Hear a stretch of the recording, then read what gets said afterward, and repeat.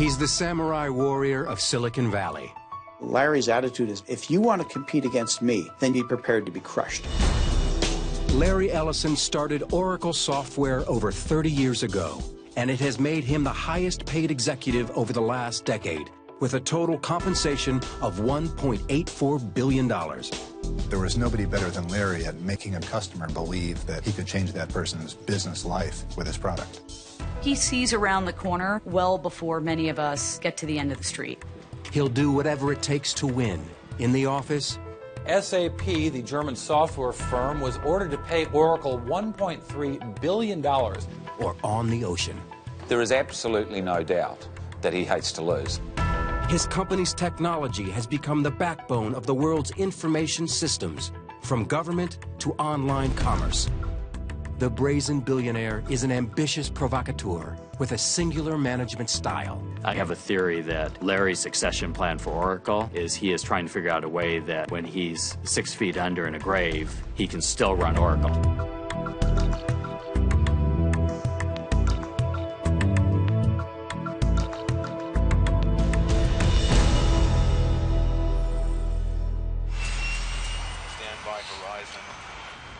Captain? Loud and clear. Okay. If you know anything about Oracle's Larry Ellison, it probably goes something like this. I've got a Bugatti, the fastest car in the world. His home cost $200 million. The fastest sailboat that's ever been built. I'm addicted to winning. The more you win, the more you want to win. He's a high-flying adrenaline junkie and an unapologetic collector of expensive toys and real estate. That really takes my mind off of work. He spent $400 million to bring the 2010 America's Cup, the oldest active trophy in sports, back to America for the first time in 15 years.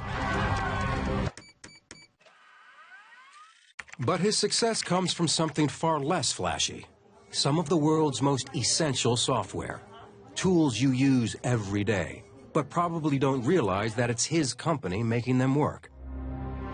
Almost everybody in the world uses Oracle. They just don't know it. If you do any kind of government transaction with almost any government in the world, any business transaction with almost any internet business in the world or any traditional business, if you have a credit card, if you have a cell phone, if you have any of the modern things in life, if you live today, I think you probably use Oracle. Larry Ellison arguably created the most important computer software you never heard of. He was the man behind the curtain for a tremendous change in the way we all live.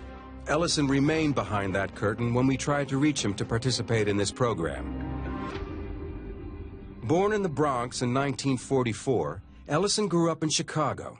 When he was 12, his father bluntly gave him some surprising news. My dad just said right before dinner, oh, by the way, you were adopted and we're having meatloaf tonight. It was so shocking, I just put it away and thought about it for years, without really, confronting all and realizing all of the implications. He dropped out of college twice. Ellison was a mediocre student and disliked formal education. Mike Wilson is an editor for the St. Petersburg Times and interviewed Ellison extensively for his biography. Larry was not interested in following the rules at school, in the family, or anywhere else. Larry needed to get out from underneath the shadow of Lewis Ellison and prove to his father that he could make something of himself. His flair for the fast lane was obvious early. Larry went out and bought himself a turquoise blue Thunderbird. He was a stylish guy. He wanted to impress people. He got in that car and he drove it to California. Larry Ellison was a young man with a great deal of potential. His trip to California was critical to who he would become. Ellison settled in Berkeley and set out to make a living writing code. In 1973, he worked at the computer electronics maker Amdahl. There, he met Stuart Fagan. They've remained friends for over 35 years. I went into my cubicle the first day I worked there, and across the hall were a couple of guys who never seemed to do any work. They just talked all the time. And one of them did nothing but talk about himself, how smart he was, how stupid everyone else was, and how he really ought to be running everything. And that was Larry Ellison. Ellison was a talented but impatient programmer, desperate to find something of his own to control. To say he had the attention span of a tumbleweed is to overestimate it. I would say more the attention span of a lightning bolt. But his attention focused when he landed a job at a company called Ampex. Ampex was struggling with a project funded by, of all places, the information-driven CIA. The project was codenamed Oracle. The CIA needed a system to store and retrieve vast amounts of foreign intelligence, concerned with its various sensitive operations and missions. For Ellison, it was the job of a lifetime, and would plant the seeds for his future. In the 1970s, information storage meant putting data on reel-to-reel tape, which was just too slow and inconsistent for the CIA, and too slow for Ellison. He left Ampex and later started his own company with his friend and programming genius, Bob Miner. Bob and Larry were a perfect odd couple for Silicon Valley. Bob had all of the engineering smarts, the technical ability. Larry, on the other hand, had the sales ability, the visionary ability, the ability to go to a customer and explain, here's how your business can change. With this original handwritten sign and $1,200, they started Software Development Laboratories, or SDL. Ellison recruited friends Ed Oates and Stuart Fagan to help program. He did want me to join him, and he's going to start some kind of company, and I thought that was the stupidest idea I'd ever heard, because Larry wasn't famous for finishing things. I used to say he's a total flake and he'll never amount to anything, and I was half right. Ellison's new company needed a product. And after reading an obscure IBM research paper, he thought he had it. A method of sorting information that was vastly superior to anything that had come before. It was called a relational database. According to Gary Bloom, who worked with Ellison for 14 years, it was a complex name, but a simple idea. Relational database, what is it? It's a collection of data and information that's very simply put into a format that makes it very easy to search and find that information. It's nothing more complicated than that.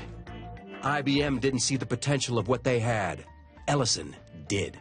I said, oh my God, we can beat IBM to market because IBM doesn't believe in their own idea. Ellison believed and asked programmer Bruce Scott to start writing code. For me, it's just cool technology and kind of fun, but for Larry, he saw a company out of it. He saw a market out of it. We weren't sure Larry was right, but we needed the jobs, and it was a struggle all the time. Larry was under a lot of pressure to get some money in somehow.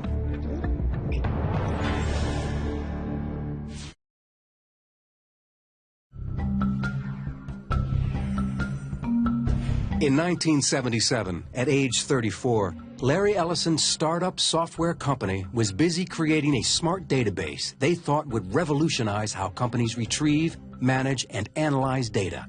3 rooms and a little lobby area. There were 4 of us who were writing programs. Larry was mostly involved in finding customers.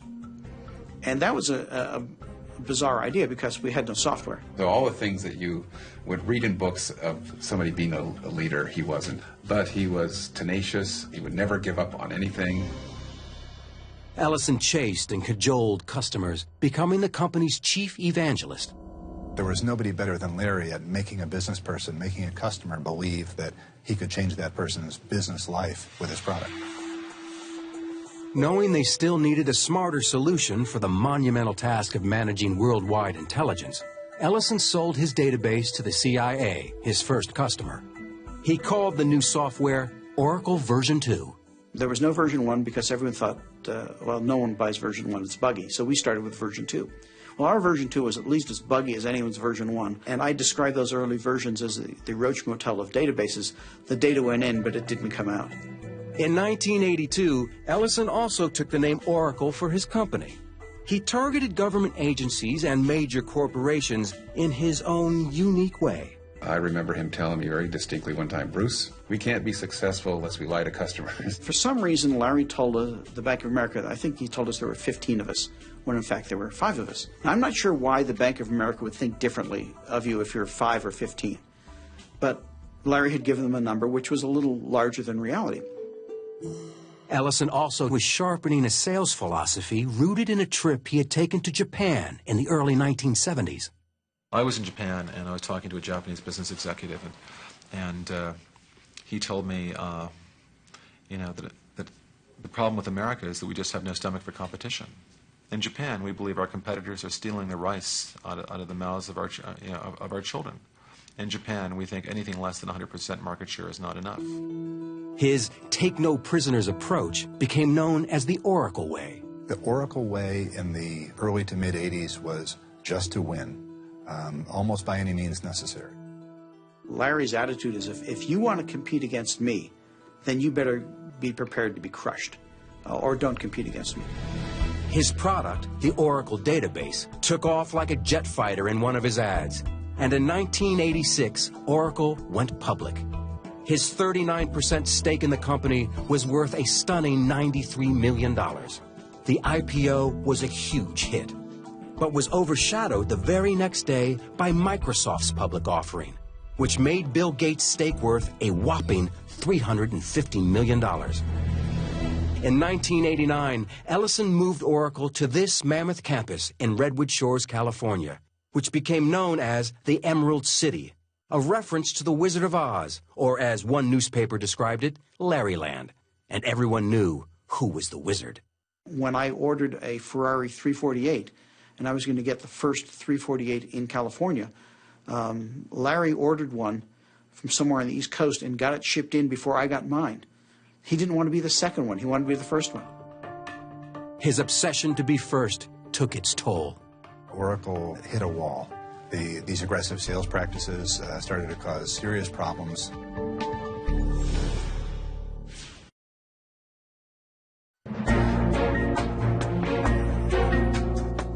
Oracle's aggressive sales practices in the 80s turned the company into an accountant's nightmare.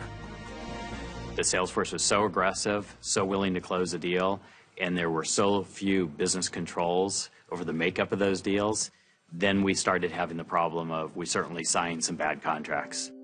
They were also selling products that hadn't yet been created. Oracle was selling a lot of futures, so you were taking a lot of money in, a lot of revenue in for future deliverables. Well, then the question comes, when you finally have those deliverables, now who do you sell them to? You already sold it to everybody. You sold it to them 3 years before you had it. It didn't help the company's prospects that their latest product was a dud. Oracle version 6 was riddled with bugs.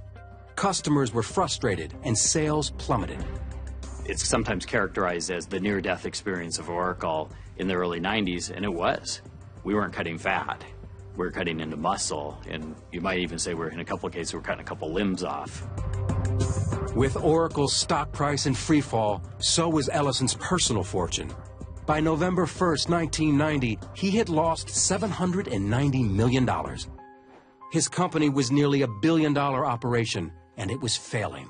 Larry was trying to achieve this greatness. He was building towards that all the time, and now he was, in a sense, a laughingstock. It was devastating for him.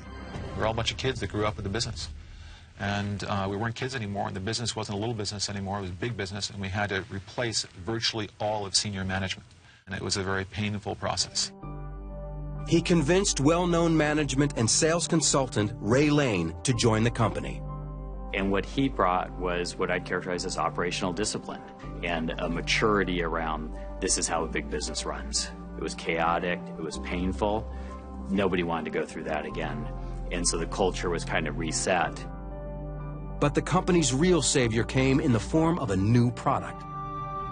Zach Nelson was Oracle's youngest marketing executive. Oracle 7 was a spectacular product. The future was incredibly bright. And I think everybody within Oracle at that time certainly knew it and could sense it. It wasn't just incrementally better, it was orders of magnitude better. Ellison's company had dodged its near-death experience. In 1994, Oracle revenues passed the $2 billion mark, and his stock, as a result, was worth nearly $3 billion. For Ellison, that wasn't nearly enough. To become software's sole heavyweight, Ellison knew he had to pick a fight with the reigning champion, Bill Gates. He seemed to be personally disappointed he wasn't wealthier than Bill Gates. It's the scorecard. And if you weren't number one, if you weren't richest, you weren't on the top, you weren't the best. It was the scorecard, and he was losing. I think that Larry thought he was in tremendous competition with Bill Gates, and maybe Gates didn't think so much. Larry wanted to be recognized as the greatest innovator, salesman, evangelist in the world of software. And he had a steep battle going up against the guy who had put his software in every single personal computer practically in the world. Ellison was fixated on Gates. He would later admit publicly to hiring private detectives to dig up dirt on him. Gates's new product, Windows 95, had the entire tech world buzzing, including Ellison himself in this appearance on The Charlie Rose Show. This Windows 95 is an enormously complicated piece of software. And the idea that people are going to install this in their households and manage these things in their household, to me, is hilarious. And it's time for something that's easier to use. Well, this is clearly part of our strategy to dethrone Microsoft. But the way you dethrone Microsoft is not somebody that, you throw darts at Bill Gates and hate and envy Bill Gates. You have to think about products and create products that are better than the products that Microsoft is selling. Ellison made a move into the consumer device market. He called it the Network Computer, or NC. He launched the network computer with great fanfare. The computers we currently make, personal computers, are rather expensive and very, very complex. So we've introduced this new class of computer for normal human beings at very low cost. That's pretty. Very low cost, very lightweight. Now every person can use a computer because they're low cost and very easy to use. You can surf the net, you can do email on, and he said, and it's going to be $500. It's kind of an internet appliance, so to speak, no different than your toaster. I can remember having a discussion with him saying, the internet makes it possible to imagine a world without Microsoft's operating system on every desktop. And that was really, the birth of the NC. Ellison went on a campaign to promote the power of his new baby on the web, while mocking the popular PC. I hate the PC with a passion. Put the stuff on the net. It's bits. Don't put bits in cardboard. Cardboard in trucks. Trucks to stores. Me go to the store. Pick this stuff out. It's insane. I love the internet. But falling PC prices meant the NC was destined to fail. I don't think there was anything wrong with the idea. I actually just think it was premature. 5 years later, it would have won the world. And the only difference is all the PC manufacturers, Dell, HP, everybody else, Gateway, what did they do? They created a $500 PC that surfs the web really well, and it does email really well.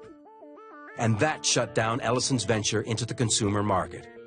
His NC was too far ahead of its time, but his vision of the internet was still right on target.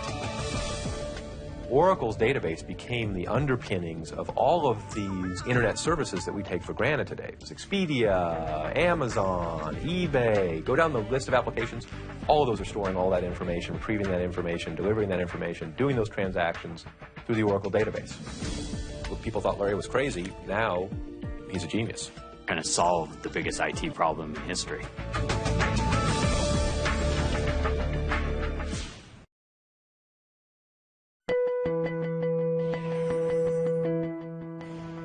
By 2000, Larry Ellison's company, Oracle, was among the elite tech companies in the world. But internal struggles would soon force out the company's president and chief operating officer, Ray Lane, who had risen to second in command and heir apparent. He described the culture at the company he left. It wasn't good enough for a salesman to make their quota. They had to make 200% of their quota. It was, the top 10% get rewarded millions, and everybody else, falls by the wayside. They're weak soldiers, shoot them. A departing Lane said he didn't fit into Oracle's system, and that the only person making decisions at Oracle is Larry. Lots of people that transitioned in and out of Oracle got confused who was in charge. And that's a pretty volatile, that's like a galactic collision, where two stars hit, and it's a pretty violent explosion. Oracle, the company, was on a roll, but was lagging behind in one key area. We're still fighting to be relevant in the applications world. We're the #2 application provider in the world, and we're #2 in ERP behind SAP. Boy, this #2 is getting old. We're #2. Not for long. We're #2 in CRM behind Siebel, but we're growing faster than SAP, and we're growing faster than Siebel, and we're determined to become #1 in applications like we're #1 in database. To get to #1, Ellison needed to do something his company had long avoided: buying new technology through acquisitions. When he came to that conclusion, he opened his wallet and bet far bigger than anyone else did. And in fact, he did it far faster than anyone else did. Ellison wanted to bundle new application software with Oracle's successful product line. In 2003, he targeted the company PeopleSoft in a hostile takeover attempt. The Department of Justice sued Oracle on antitrust grounds, charging the takeover would empower the company to illegally raise rates and impair innovation. After a year-and-a-half-long battle, the courts sided with Oracle. Ellison finally acquired PeopleSoft for $10.3 billion. It's very rare that someone gets sued by the government and they actually win. You know, I mean, it's just another testament to this guy's tenacity. Most guys would have maybe walked away from that. Instead, Ellison stepped it up. Over the next 5 years, he would spend close to $34 billion acquiring 52 companies. Heather Bellini is Senior Managing Director of the Technology Research Team at International Strategy and Investment Group. She has covered Oracle since 2003. He started looking out and seeing how the landscape was changing and how the carnage that was done to some of his competitors was going to give him an opportunity to go make some acquisitions and buy some technology where he was behind. And he really was the one that started the whole M&A trend within the technology industry. Ellison's appetite for acquisitions accelerated in 2009 with his $7.4 billion trophy purchase of the prominent hardware company Sun Microsystems. But in 2010, his eyes were on another trophy, a decade-long $400 million obsession. BMW Oracle Racing was launched in 2000 for Ellison's run at the America's Cup. It may be the oldest active prize in international sport, but what Ellison created was entirely new. The boat is a trimaran. It often appears to be nearly flying, with only one of its 3 hulls actually in contact with the water. The oceans have never seen anything like it. There is absolutely no doubt that he hates to lose. There's no doubt of that at all. Grant Dalton has competed against Ellison on the America's Cup circuit. My recollection in racing against him, and we will race against him in the future, is this is a man that's very determined to win.